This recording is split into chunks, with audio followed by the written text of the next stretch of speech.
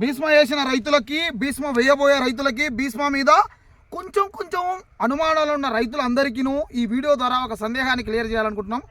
ఏమంటే మామూలుగా ఒక సామెత ఉంది, ఎద్దును చూస్తే ముద్దొచ్చా, ఏడుపుని చూస్తే ఏడుపొచ్చా, కాడి కడితే ఏడుపొచ్చా అని. అట్లాగే ఈ చుట్టుపక్కల మొక్కలు ఉన్నాయి కదా, మిరప విత్తనాలు ఉన్నాయి కదా, మళ్ళీ వాటిని చూసి ఎట్లున్నది? ఇది బాగుంది స్వామి. నీ గాడికి ఎత్తున్నాయి, ఏం చేసుకోను? కాపులేదు. ఇదే 4 అడుగులే ఉంది. మరి ఇది 4 అడుగులే ఉంది, దిండు ఉంది కాపు. ఎట్లుంది కాపు? ఇది మరి ఇది కూడా కాడి కడితే ఏడుపు వస్తుందా, ఈడుస్తుందా? ఈడుస్తుందంటవా? చూపి ఇద్దో బాగుంది. ఈ ఎద్దు ఈడ్చేద్దానా? ఒకటే చోట 3 కాయలు. ఏం స్వామి నువ్వు చెప్పు. నా చెప్తున్నా కదా స్వామి, నేను చెప్తున్నాను కదా వీడేది స్వామి. ఇంకా ఒకటే చోట 3 కాయలు ఏ సైడ్కి రావు, 3 పంగలు రావు. 3 పంగలు వచ్చినా స్వామి. ఇక మెచ్చుకోదగ్గ విత్తనమైన స్వామి, మెచ్చుకోదగ్గ విత్తనం స్వామి. నాకు భీష్మ సినిమా చూసినప్పటి నుంచి భీష్మ ఆర్గానిక్ అంటే చాలా ఇంట్రెస్ట్. సో నువ్వు ఏమో కంపెనీ వాళ్ళు నీకోసం రిలీజ్ చేసినట్టుంది. చూడండి స్వామి, ఆర్గానిక్ అంటే సినిమానే ఉంది. లాంగ్ బోని చూడడానికి వచ్చిన విత్తనం పేరేంది? భీష్మ. సో ఈ విత్తనం గురించి మీకు మీ మనసు ఏం చెప్తుంది? బాగుండు అనిపిస్తుంది. మరి మీ వేసినేమో మీ ఎత్తు పెరిగినాయి, ఇదేమో మీకు నడుములు సంకల్ దాకుంది. మరి ఇది ఎత్తు లేదుగా, ఏం పండు దెబ్బ?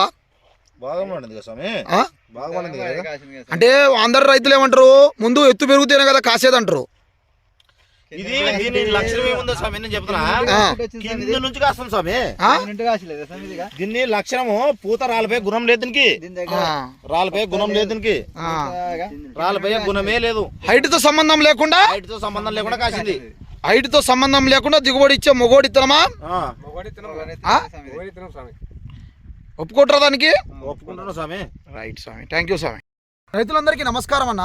మీరు వచ్చేసరికి ఇప్పుడు ఫోన్లో మీకు ప్రతి ఒక్కరి దగ్గర ఆండ్రాయిడ్ ఫోన్ ఉంది. ఆండ్రాయిడ్ ఫోన్ అంటే కెమెరా ఫోను, పెద్ద ఫోను, స్క్రీన్ ఫోన్లు ఉన్నాయి. ఈ ఫోన్లలో మనము ఏ విత్తనం బాగుంటుంది యూట్యూబ్లలోనో, ఫేస్బుక్లలో, ఇన్స్టాగ్రామ్లలో తెలుసుకుంటున్నాం. ఇలాగే తెలుసుకొని విత్తనాన్ని కొనుక్కొని మనం సాగు చేసుకుంటే ఏమాత్రం బాగుపడతాం మనం?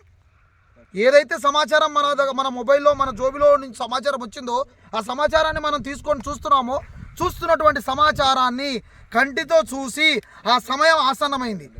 ఏదైతే మీరు కంటితో చూడాలి కదా. నీకు సమాచారం అందింది, సమాచారం అందితే సరిపోద్దా? కంటితో చూడవా నువ్వు?